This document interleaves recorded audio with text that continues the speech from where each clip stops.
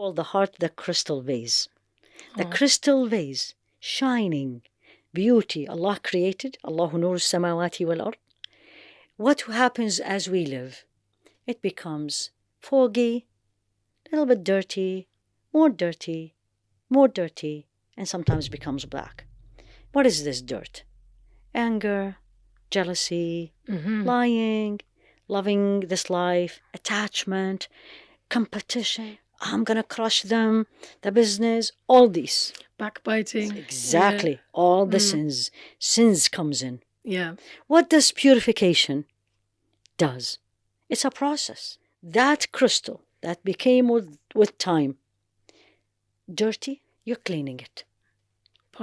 Polishing it. And then it comes back to the original crystal, that the focus is, I am here as a Khalifa of Allah subhanahu wa ta'ala. How?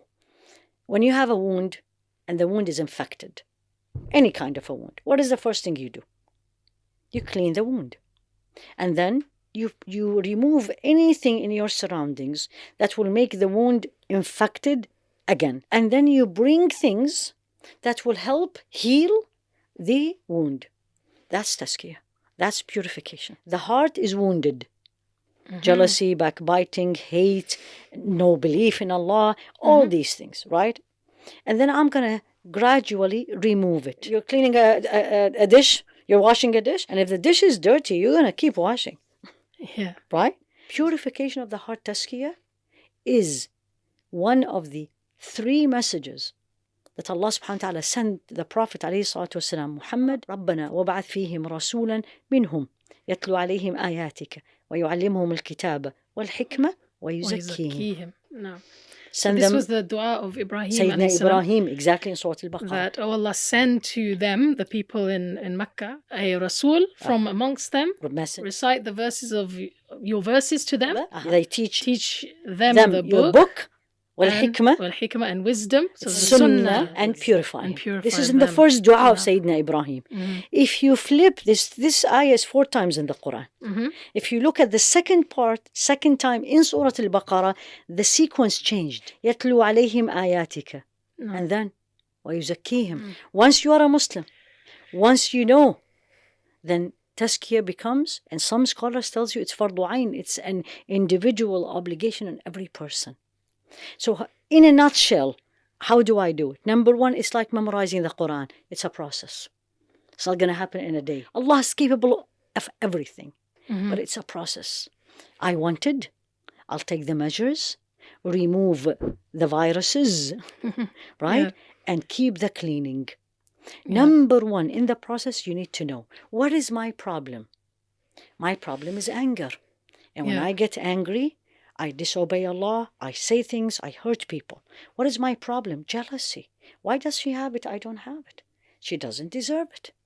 My problem is I speak, and when I speak, I hurt people, backbiting, lying, putting people down, bullying, all these.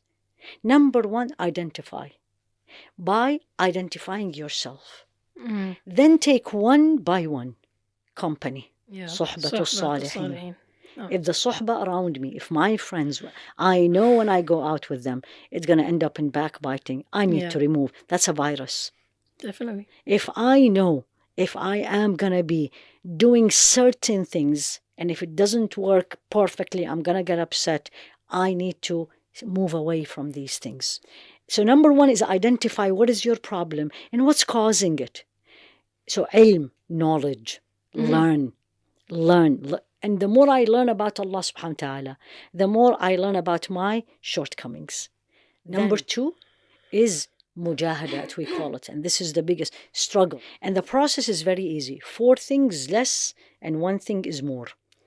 The 4 less, which we absolutely don't do. Less talk.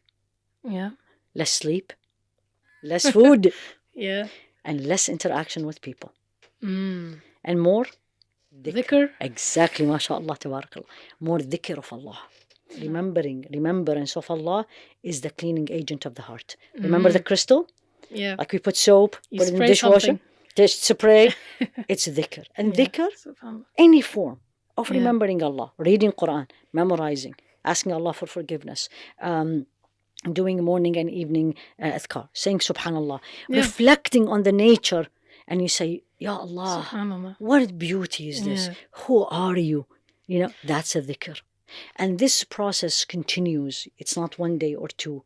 And you will see yourself gradually changing, much more calmer, much more appreciative of what Allah gave you, less complaining, less attached to the material things. If you have it, alhamdulillah. If you don't have it, alhamdulillah. And then the more you get there, then you start getting so close to Allah subhanahu wa ta'ala. The Quran makes you cry, standing in salah, the night, all these. So it's a process. Alhamdulillah Rabbil Alamin. This is what I need to do.